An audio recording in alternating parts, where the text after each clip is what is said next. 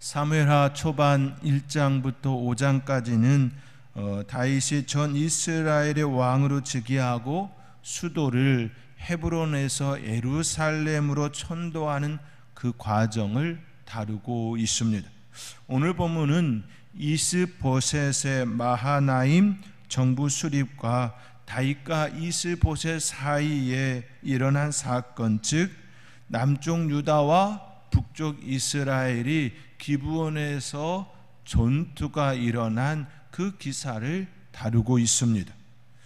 12절부터 17절까지는 기브온 목가에서 북쪽 이스라엘과 남쪽 유다가 서로 대치하여 그 전쟁의 격심한 전투 끝에 남유다가 이기는 그 이야기가 전해지고 있습니다. 그리고 이어지는 내용은 요압의 동생 아사헬이 그 북쪽 이스라엘의 군 사령관이지요, 그 지휘관인 아브넬을 쫓다가 그 아브넬의 창에 의하여서 그 아사헬이 죽는 장면이 등장합니다. 이와 같이 이스라엘은 이스라엘 초대 왕 사울이 죽은 후 하나로 통일되지 못하고 북이스라엘과 남유다가 남북으로 분열되어 각각의 정부, 임시정부라고 표현할 수 있지요. 임시정부가 수립됩니다. 이러한 각각의 단독 정부의 수립은 당연히 두 북과 남과 북 두 정부 간의 정통성 시비를 불러일으킬 수밖에 없었습니다. 그러므로 서로 정통성을 주장하는 두 지배 세력 간의 전쟁과 갈등은 피할 수 없는 외길이었습니다. 우리는 여기서 매우 중요한 시각을 갖게 되지요. 일반적인 시각으로 보면 이스보셋이 세운 마하나임에 세워진 북이스라엘의 그 정부가 사울의 왕조를 계승하였을 뿐 아니라 10지파의 지지를 받고 있기에 정통성을 인정받아야 한다고 여길 수 있습니다. 일반적인 시각으로 보면 이스보셋은 사울왕의 아들이지요. 또 12지파가 아닌 12지파 중에 10지파가 그 이스보셋, 사울왕의 아들인 그 이스보셋을 따라서 북의 마하나임의 정부가 수립되었으니 그쪽이 더 정통성이 있다고 충분히 이야기할 수 있는 부분이지요. 다윗과 그를 따르는 유다 지파를 중심으로 이루어진 정부는 10지파의 지지를 받은 북쪽 이스라엘 정부에 비하여 정통성을 주장하기에는 턱없이 부족한 면이 있습니다. 일반적인 시각으로 보면.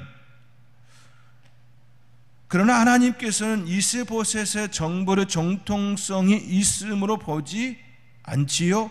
오히려 하나님께서는 다윗이 이스라엘의 왕위를 오를 것을 그에게 기름 부으심과 또 말씀으로 나타내 주었습니다. 우리는 성경이 증언하는 바를 잘 볼 수 있어야 합니다. 왜 이처럼 말씀하고 있는지를 그 밑에 깔려 있는 그 근간을 볼 수 있어야 합니다. 이스라엘은 출애굽을 통하여 애굽의 통치를 받던 민족 공동체에서 신앙의 공동체로, 더 나아가 국가 공동체로 나아갈 수 있게 하셨습니다. 애굽 땅에 있는 동안에는 아브라함과 이삭과 야곱의 그 후손의 한 민족, 그 민족성을 지닌 그런 형태였을 뿐이지요. 정치적으로나 종교적으로나 여러 가지 면에서 이집트의 영향 아래 있었기 때문에 자유롭지가 못했습니다. 온전히 하나님을 바라본 그 신앙의 모습도 400년이 흐르는 동안 희미해졌습니다. 너무 약해졌습니다. 정치적으로는 특히나 더 그럴 수밖에 없는 형편이었습니다.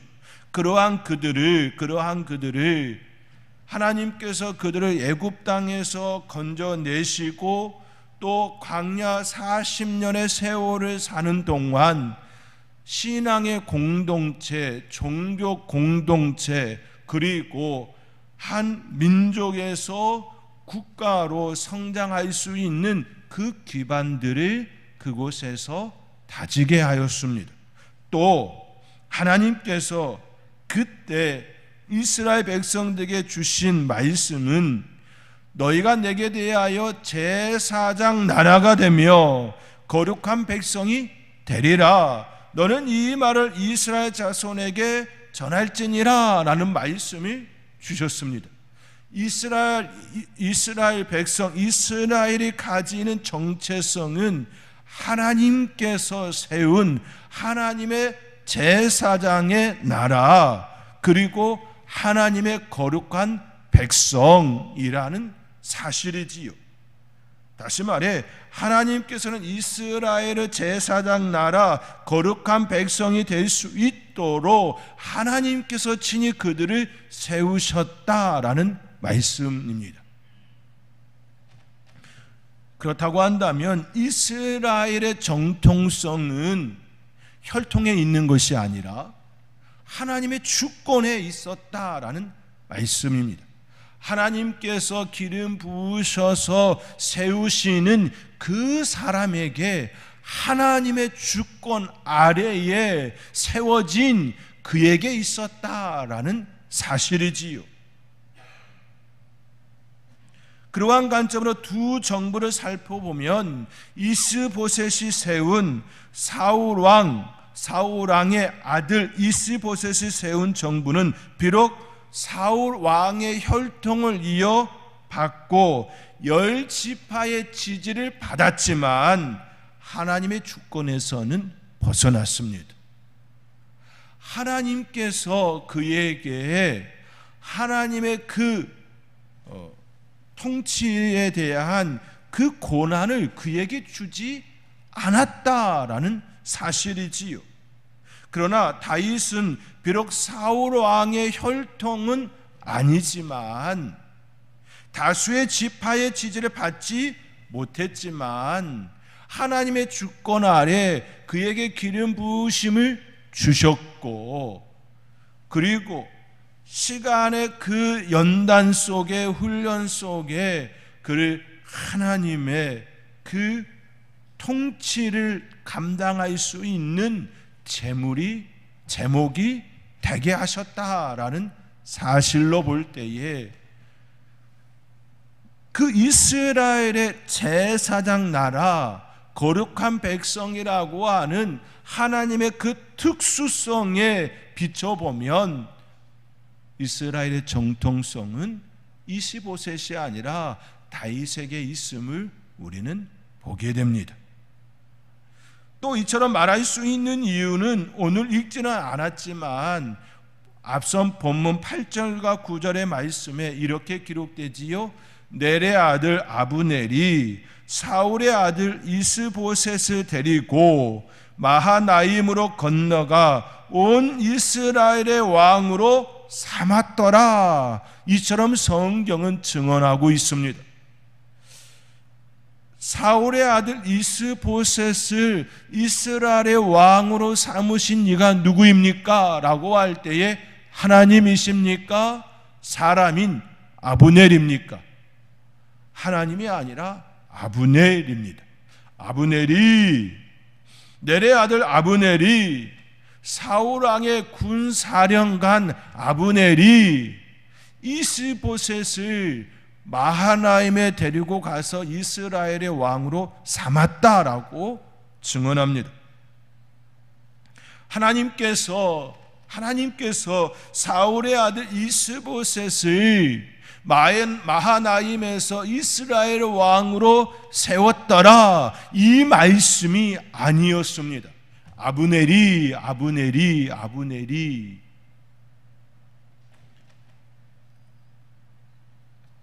우리는 이것을 통하여 분명한 이스라엘의 그 정체성, 그 특수성에 의한 하나님의 주권 아래 누구에게 하나님의 시선이 있는지 보아야 합니다.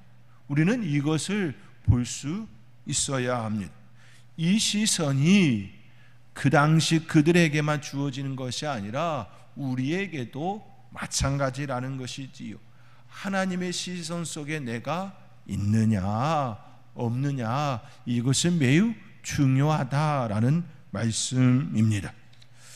다윗에게 정통성이 있다는 것을 증명이라도 하듯이 10지파의 지지를 받고 있는 이스보셋의 군대가 이긴 것이 아니라 다윗이 이끄는 남유다 그 군대가 승리하였다라고 오늘 본문은 성경은 증언합니다. 이러한 사실을 기억하며 오늘 본문의 말씀을 통해 우리가 알아야 할 영적 메시지에 대하여 함께 생각해 보고자 합니다. 첫째, 전쟁의 승패는 우리 인간에게 있는 것이 아니라 하나님께 있습니다. 이스보셋을 이스라엘의 왕으로 옹립한 사람은 넬의 아들 아브넬입니다. 아브넬은 사울 왕의 군사령관이었습니다. 그는 야망이 있었습니다. 그는 모든 것을 독차지하고 싶었습니다. 그는 충분히 다윗과 싸워 이길 수 있다고 여겼습니다. 만약 그가 그렇게 생각하지 않았다면 다윗에게 먼저 싸움을 걸지 않았을 것입니다. 사람들에게는 누구나 모두 생각이라는 것이 있습니다. 그렇지요? 우리 모두는 다 각자의 생각, 그 생각이 있습니다. 아브넬에게도 생각이 있었다라는 것이지요. 그 생각은 그를 전쟁으로 이끌었습니다. 그가 가진 그 생각이 그를 전쟁으로 이끌었습니다. 그 생각은 다윗보다 강하다라는 생각이었지요. 다윗의 군사보다 월등히 많음을 알기에 충분히 이길 수 있다라는 생각이었습니다. 만약 그가 이길 수 없다고 여겼다면 먼저 싸움의 자리로 나가지 않았을 것입니다. 질 걸 뻔한데 그 전쟁터에 나간다라고 하는 것은 어리석음이지요. 지금까지 사울왕 밑에서 군사령관으로 충분히 보았습니다. 그리고 다윗을 쫓고 쫓는 그 시간 속에 늘 아브넬이 있었지요. 다윗은 늘 쫓김당하는 자의 위치에 있었습니다. 사울왕과 싸움이 있었을 때마다 다윗은 도망자의 입장에 있었습니다. 그렇기에 아브넬은 충분히 10지파의 지지를 받고 있기에 더욱더 다윗을 이길 수 있을 거라 생각한 것이지요. 아브넬이 사울왕의 아들 이스보셋을 이스라엘의 왕으로 옹립한 후 처음으로 한 일이 다윗과의 전쟁이라는 것도 우리가 깊이 생각해야 될 부분입니다. 전쟁은 죽고 죽이는 현장입니다. 전쟁은 반드시 죽거나 죽여야 하는 그런 자리입니다. 이는 아브넬은 10지파 이스라엘 백성들을 보살피고 좋은 길로 인도하기 위해 이스보셋을 왕으로 옹립한 것이 아니라는 것을 이것을 통해 엿볼 수가 있습니다. 10지파의 이스라엘 왕의 그 신하로 있는 것, 그것이 아직 양에 안 차는 것이지요. 충분히 12지파 모두를 다 장악할 수 있다, 그런 왕이 되어야 한다라고 하는 생각을 품었음을 엿보게 됩니다. 결국 이 전쟁은 한 인간의 야망과 욕망에서 비롯된 것임을 먼저 생각해야 합니다. 오늘 본문 12절은 넬의 아들 아브넬과 사울의 아들 이스보셋의 신복들은 마하나임에서 나와 기브온에 이르고 라고 먼저 언급합니다. 다윗의 군사가 먼저 출동한 것이 아니라 아브넬이 먼저 출동했다라는 것을 언급하고 있지요. 이에 마지못해 어쩔 수 없이 다윗의 편에서도 등장하는 모습이 보입니다. 오늘 본문 13절입니다. 오늘 본문 13절의 말씀 우리 함께 읽겠습니다. 수르야의 아들 요압과 다윗의 신복들로 나와 기브온 목가에서 그들을 만나 함께 앉으니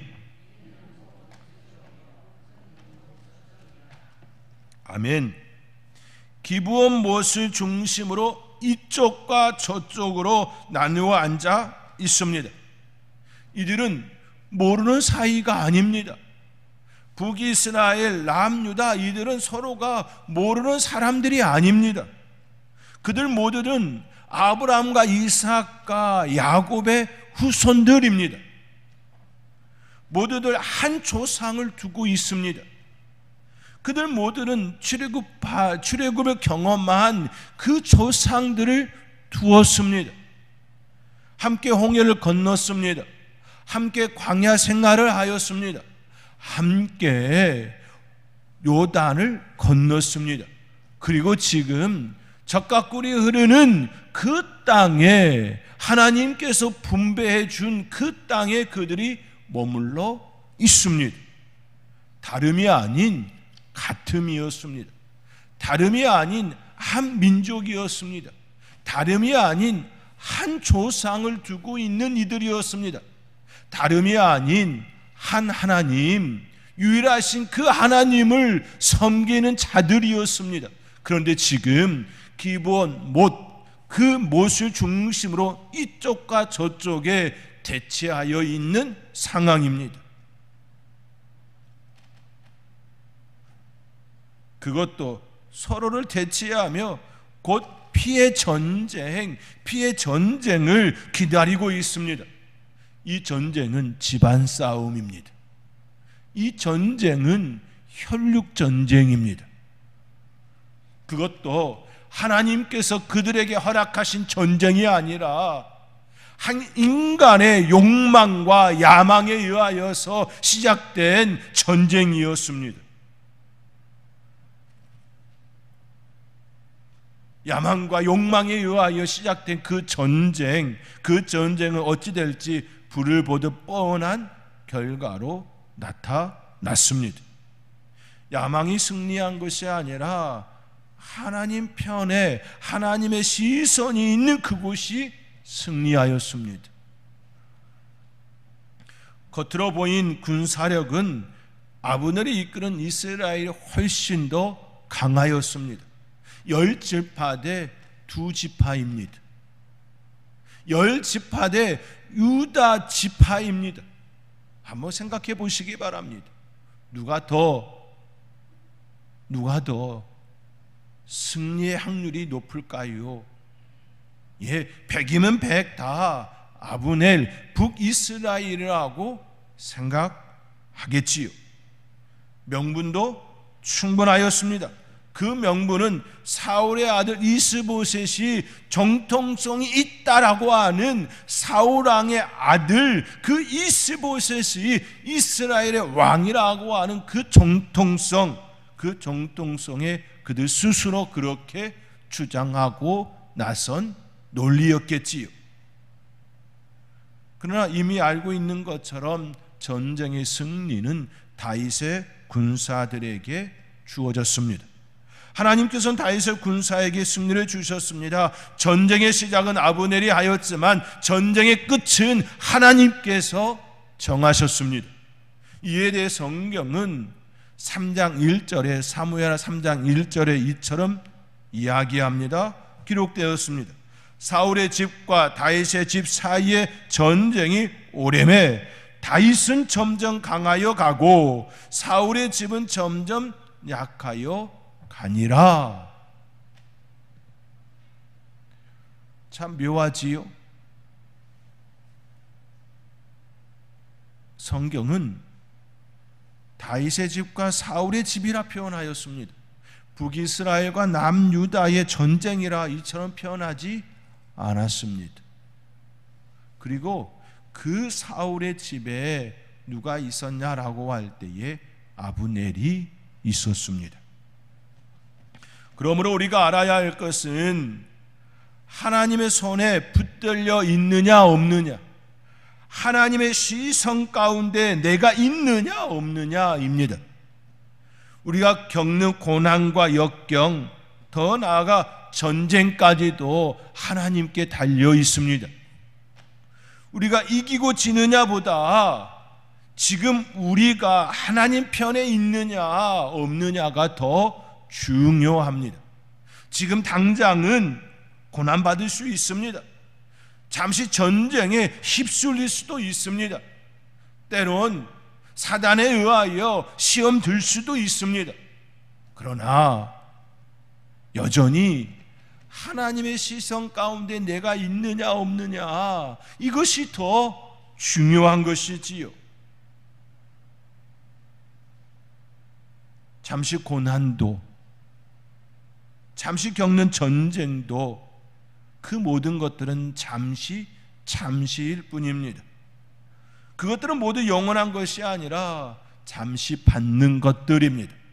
그러므로 날마다 내가 하나님께 붙들려 있는 삶, 내가 하나님의 시선 가운데 있는 그 삶, 그 삶이어야 하는 것이지요. 저와 여러분의 삶의 자리에 늘 하나님의 시선 가운데 있는, 그리하여 하나님의 그 측은한 그 손길과 그 긍휼히 여기는 그 따스한 그 손길에 사랑의 은혜를 입는 아름다운 삶이 되어지기를 주님의 이름으로 축원드립니다. 둘째, 성도는 생명을 장난처럼 여겨서는 아니 됩니다. 생명을 소홀히 여겨서는 아니 됩니다. 아브넬이 이끄는 이스라엘의 군사들과 요압이 이끄는 유다의 군사들이 대치하고 있었을 때에 아브넬이 하나의 전투 게임, 전쟁 게임을 제안합니다. 이 게임은 고대 전투에서 있었던 전투의 방법 중에 하나였습니다. 아브넬이 제안한 전쟁 게임은 각기 상대방의 머리를 잡고 칼로 상대방의 옆구리를 찌르는 방식입니다. 오늘 본문 16절의 말씀입니다. 우리 함께 오늘 본문 16절의 말씀 함께 읽겠습니다. 각기 상대방의 머리를 잡고 칼로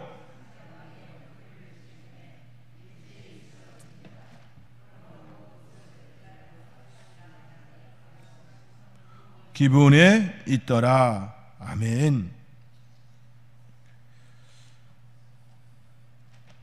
이처럼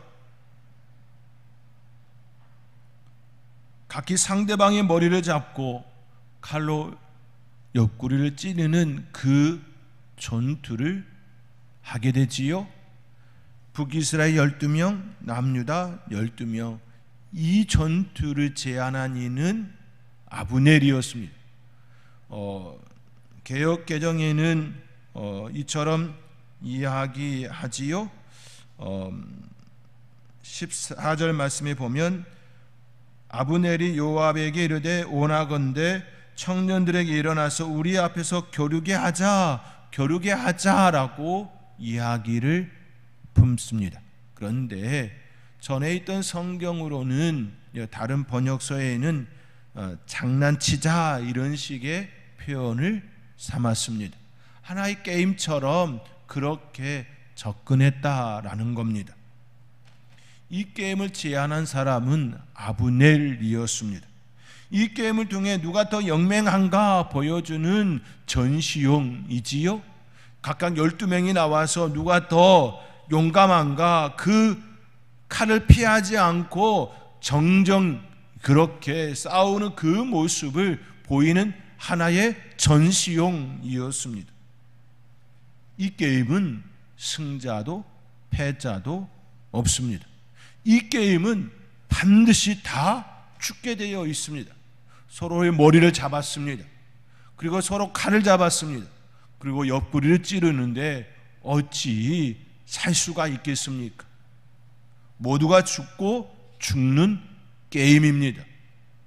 이 게임을 제안한 아브넬이 얼마나 악한지 알 수 있는 하나의 장면입니다. 이를 통해 알 수 있는 분명한 사실은 아브넬은 청년들의 목숨, 그들의 생명을 소중히 여기지 않았다라는 겁니다. 그들의 목숨보다 전쟁에서 승리하고자 하는 그 욕망이 그 가운데 있었다라는 겁니다. 전쟁의 승리를 위하여서는 무엇이든 할 수 있는 그런 사람이었습니다. 마치 전쟁을 장난처럼 여기고 있음을 보게 됩니다. 그들이나 저들이나 다 하나님의 사람들이지요. 다 이스라엘 백성들입니다. 다 아브라함과 이삭과 야곱의 후손들입니다. 그런데 서로의 머리를 잡고 서로를 죽이는 그 게임을 제안하고 있으니 있어서는 안 될 일을 행한 것입니다. 성도는 어떤 상황 속에서도 생명을 기이 여겨야 합니다. 특히나 한 영혼을 살리는 일은 더더욱더 소홀히 해서는 아니 되지요. 한 영혼을 위하여 우리 주 예수님께서 십자가에서 죽으셨습니다. 그런데 내가 한 영혼을 소홀히 생각하고 있다면, 아니 내가 내 생명조차도 가벼이 여기고 있다면 결코 하나님께서 원하시는 삶의 모습이 아니라는 사실인 것이지요. 생명을 기이 여기는 그 마음은 그리스도인이 마땅히 품어야 할 마음가짐이고 삶의 태도이고 자세입니다. 매사에 한 영혼 한 영혼을 기이 여기며 나의 생명도 기이하게 여기며 늘 하나님의 은혜 가운데 살리라, 하나님의 은혜 가운데 그 자리에 있으리라 소망하며 살아가는 아름다운 삶이 되어지기를 주님의 이름으로 축원드립니다. 마지막으로 성도는 성실과 더불어 지혜로워야 합니다. 아브넬은 참으로 악한 자임을 이번 전쟁을 통해 보여주었지요. 이 악함을 보고 그를 끝까지 쫓은 인물이 있었습니다. 그 인물은 아사헬입니다. 오늘 본문 18절과 19절의 말씀입니다. 우리 함께 18절 19절 우리 함께 두 절의 말씀 함께 읽겠습니다. 그곳에 수르야의 세 아들 요압과 아비새와 아사헬이 있었는데